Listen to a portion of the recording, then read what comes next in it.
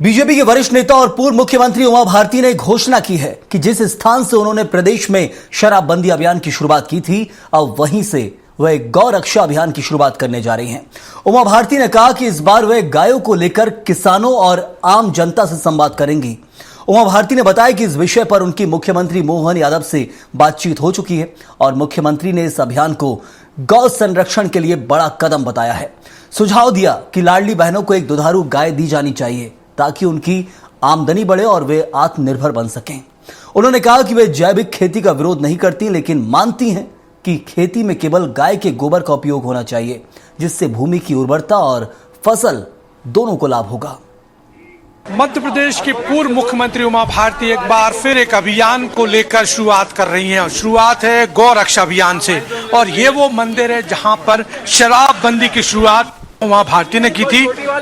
दीदी, आपने यही वो जगह है जहां से शराबबंदी की शुरुआत की थी, और अब यहीं से गौ संवर्धन की शुरुआत करने के लिए पूरे मध्य प्रदेश के कुछ खास गौपालक किसानों को हमने बुलाया है, ताकि पूरे मध्य प्रदेश में गौ पालन के द्वारा गौ संवर्धन की क्रांति प्रारंभ हो। और इसमें से सबसे अच्छी बात होगी, लाडली बहना को जो दिया जाता है उसके साथ एक गाय भी उनको भेंट की जाए।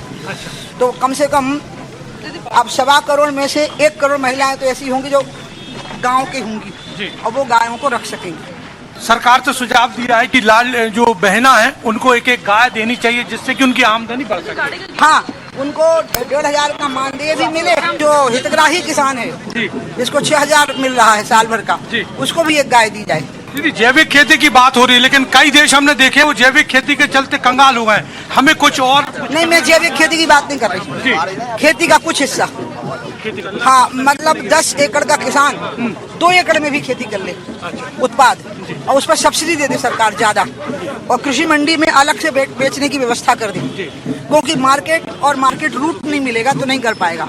तो कृषि मंडी का मार्केट रूट भी है और कृषि मंडी मार्केट भी, वहाँ उसको लगाना पड़ेगा, तब वो ठीक से कीमत मिलेगी उसको। दीदी, एक बात और, शराबबंदी को लेकर आपने मुख्यमंत्री से भी बात की थी। पहले सरकार ने जन जागरूकता अभियान चलाया, अब क्या लग रहा है आपको, शराबबंदी किस तरफ बढ़ रही है?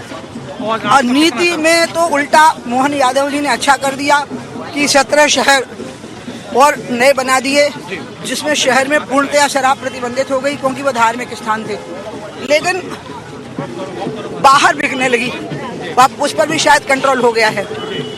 अब दिक्कत ये आ रही है कि जनप्रतिनिधि पंच से लेकर के जिला पंचायत तक, सरपंच, जनपद अध्यक्ष, मतलब ये सैकड़ों की संख्या में है एक जिले में, ये अपना कर्तव्य करें। अब हर जगह पर पुलिस डंडा लेके खड़ी हो या मोहन यादव खड़े हो जाएं, वो नहीं हो पाएगा। अब जनप्रतिनिधियों को अपना कर्तव्य पूरा करना है।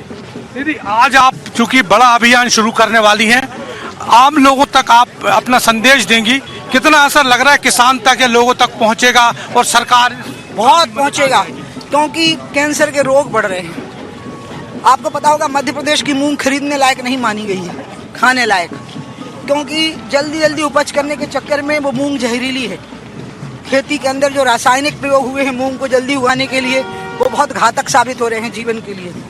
इसी प्रकार से बहुत जल्दी छोटे नौजवानों की मृत्यु हो रही है, तो सड़क पर एक्सीडेंट हो रहे हैं, लोग मर रहे हैं, तो बीमा कंपनियां पैसा दे रही हैं, लेकिन जो मर रहे हैं उनकी तो कोई पूर्ति नहीं हो सकती। इसलिए अगर हमने वो नियम लागू कर दिया कि जिला रोड, राज्य रोड और देश का रोड, उसमें फेंसिंग अनिवार्य होती है, 1% या 2% उसका बजट होता है।